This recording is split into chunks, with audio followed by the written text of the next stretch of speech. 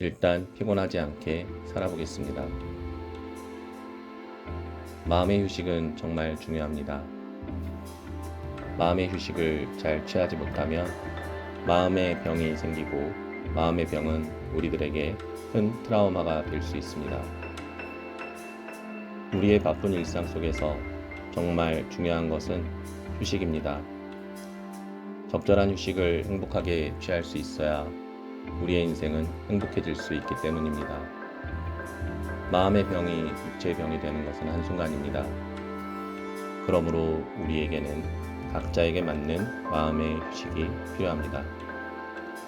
여러분 반갑습니다. 2027년도에는 여러분과 함께 경제적 자유를 누리게 될 책을 소개하는 남자 뉴 가브리엘입니다. 이 시간 여러분에게 소개해드릴 책은 북스톤 출판 호사카 다카시가 지은 일단 피곤하지 않게 살아보겠습니다입니다.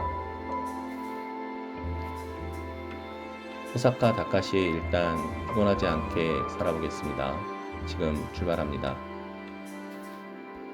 현대에는 마음이 어수선해 자기 자신을 알 수 없게 되어버린 사람이 많습니다. 혹시 당신도 그렇지 않습니까? 스트레스로 가득 찬 나날 속에서 내 뜻대로 되는 게 없다는 짜증, 슬럼프에서 오는 초조함, 자기 혐오, 주변 사람을 향한 질투, 고집이나 용서할 수 없는 마음, 미래에 대한 불안, 지난날의 후회 등 누구나 이런 기분에 사로잡히곤 합니다. 그리고 머릿속에서 이것저것 되돌아보는 사이에 스트레스가 점차 괴물로 변하여 마음이 병들고 결국 망가지는 사람도 있습니다. 특히 모든 일을 부정적으로 생각하는 사람이 그렇습니다. 어떤 운동선수는 이번 경기는 질지도 몰라 하고 생각하다 보면 어느새 틀림없이 진다고 믿게 된다고 합니다.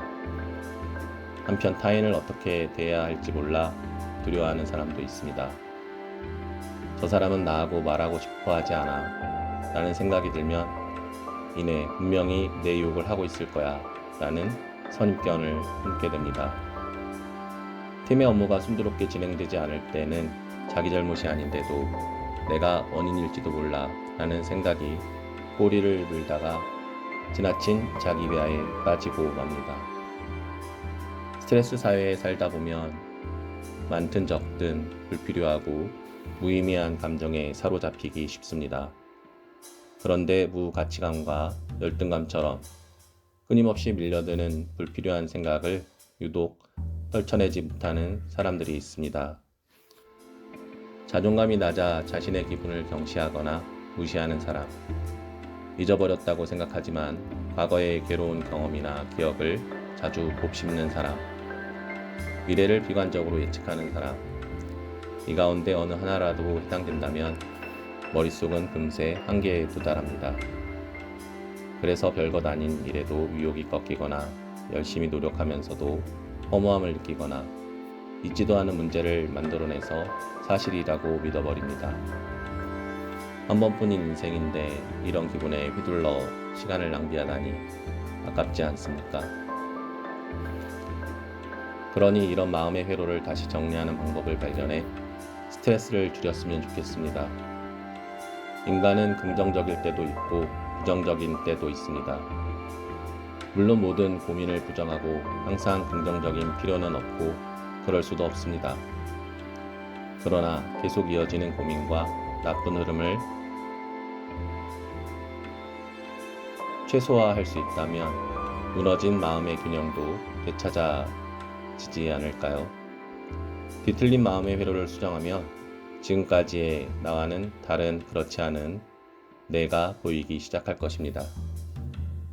이 책을 읽고 지금까지의 나에게서 벗어나 어떤 상황에서도 망가지지 않는 건강한 마음을 만들어 새로운 세상을 발견하시기 바랍니다.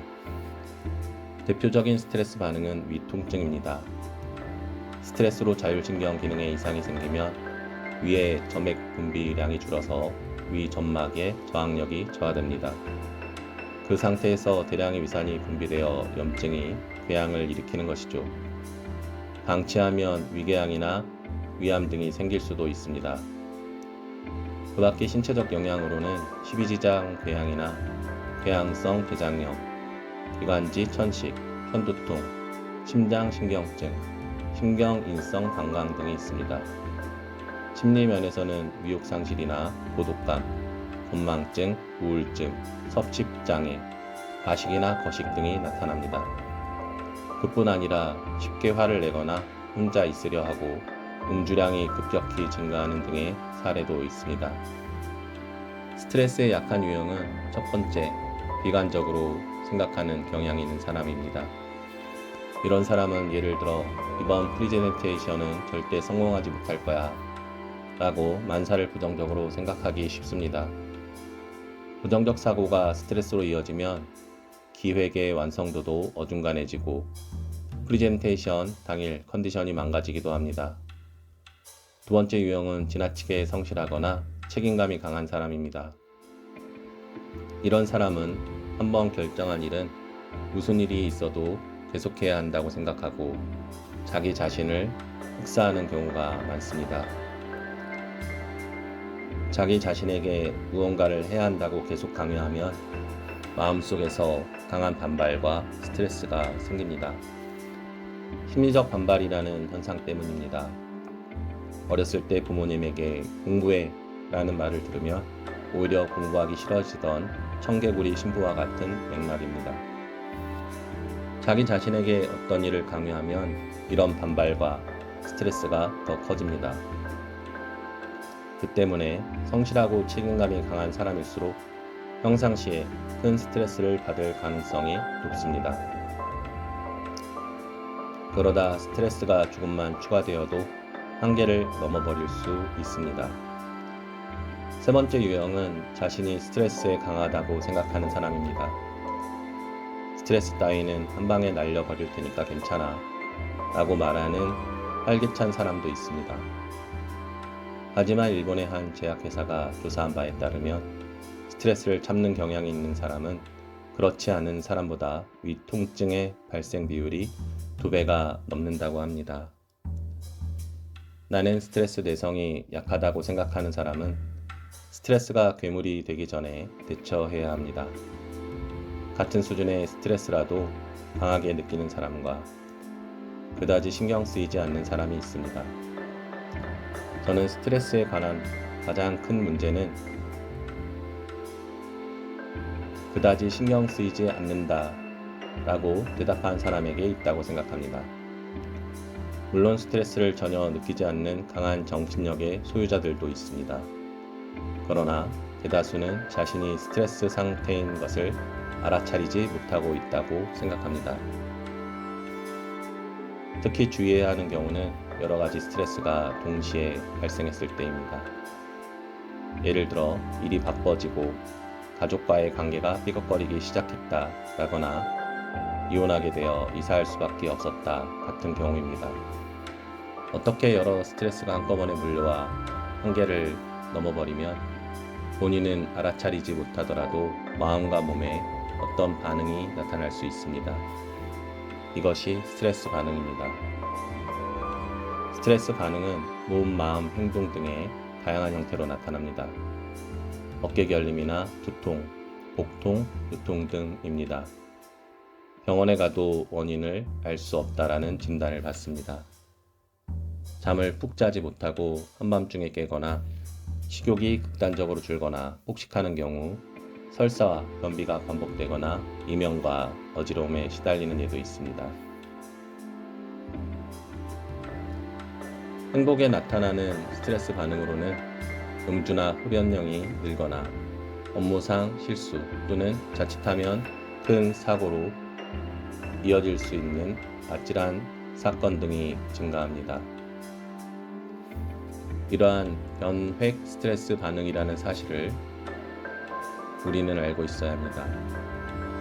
그러면 반응이 나타날 때마다 적당히 휴식을 취해서 스트레스를 괴물로 키우지 않고 넘길 수 있습니다.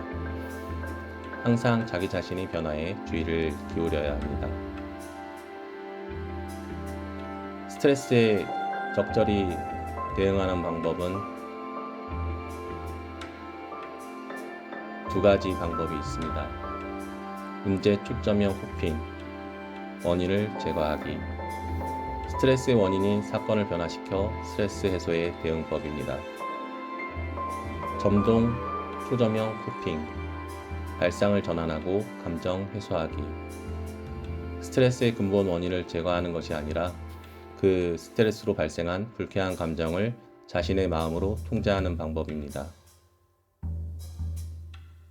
어느 방법이 좋을지는 상황에 따라 달라집니다.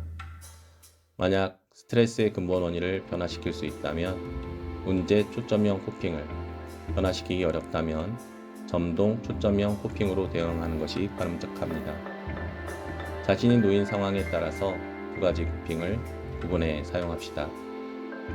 최악의 대응은 스트레스는 저절로 사라진다라면서 스트레스를 방치하는 일입니다. 내버려두면 스트레스의 수령은 점점 더 깊어질 뿐입니다. 오늘도 좋은 하루였다라고 생각할 수 있는 5가지 방법은: 아침에 잠자리에 일어나기 전 감사한 마음으로 일어나기, 야외 활동을 하면 행복도가 높아지므로 바다, 해안, 산 등 적극적으로 외출하기, 하루 7분 이상 가벼운 운동으로 우울증 예방하기, 되도록 직장 근처에 집을 마련하여 출퇴근 시간 단축하기, 충분한 수면 취하기입니다. 오늘 책 소개는 여기까지입니다. 인터넷 서점에서 구매하여 꼭 한번 읽어보시기 바랍니다. 스트레스가 없는 사람은 없습니다. 스트레스를 잘 풀어나갈 수 있는 방법을 이 책에서는 제시하고 있습니다. 가끔은 일상의 마음의 휴식을 취하며 집 근처 공원을 20분 정도 걷는 것도, 내가 좋아하는 로맨틱 드라마를 보면서 멍 때리는 것도, 책을 읽으면서 휴식을 취하는 것도, 음악을 듣는 것도 마음의 휴식이 됩니다. 지금까지 유 가브리엘이었습니다. 감사합니다.